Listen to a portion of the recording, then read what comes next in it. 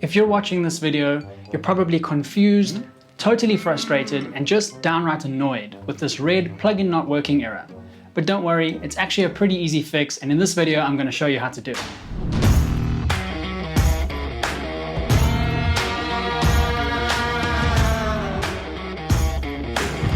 Before we dive into how to fix it, let me explain why it happens so that it makes more sense.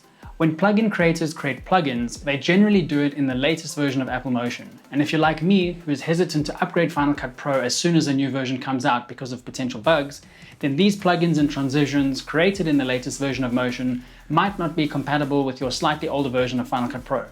Final Cut Pro recognizes what version of Motion was used to create the effect, and if that version is too new for your version of Final Cut Pro, then you might see that red plugins not working error message. Now, let's talk about how to actually fix that error message and to get your plugins to work. This fix will work with Final Cut Pro templates for plugins, titles, generators, or transitions. The first step is to navigate to the plugin that is giving you the error in Finder. In this example, it's the XFX Video Conference plugin.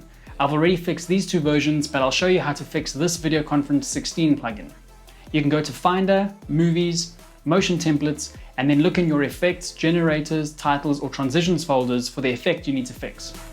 An easier way to do it is to find the plugin in Final Cut Pro, right-click and select Reveal in Finder, and that'll take you right there. The file you are looking for will either be a .moef for an effect, a .motn for a generator, a .moti for a title, and a .motr for a transition. At this point, it's important to create a backup copy just in case you mess it up. So copy the folder and put it somewhere safe, like on an external hard drive or on your desktop. Next, you want to right-click on the plugin file and choose to open it with the text editor.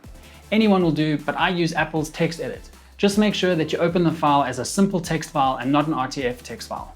If you look at the text file, all we're going to change is the OZML version and the display version.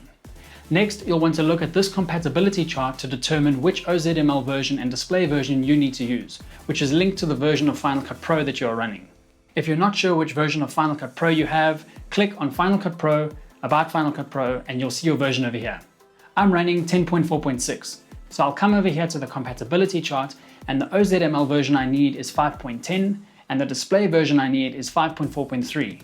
So I'll come back over to the text file and change the OZML version to 5.10 and the display version to 5.4.3. Then simply save the text file and restart Final Cut Pro. If I head over to the XFX Video Conference plugins, you'll see that the Video Conference 16 plugin now works and the red plugin not working error is gone. I'll put a link to the compatibility chart down below, or you can just pause the video here to quickly check out the OZML and display versions you need.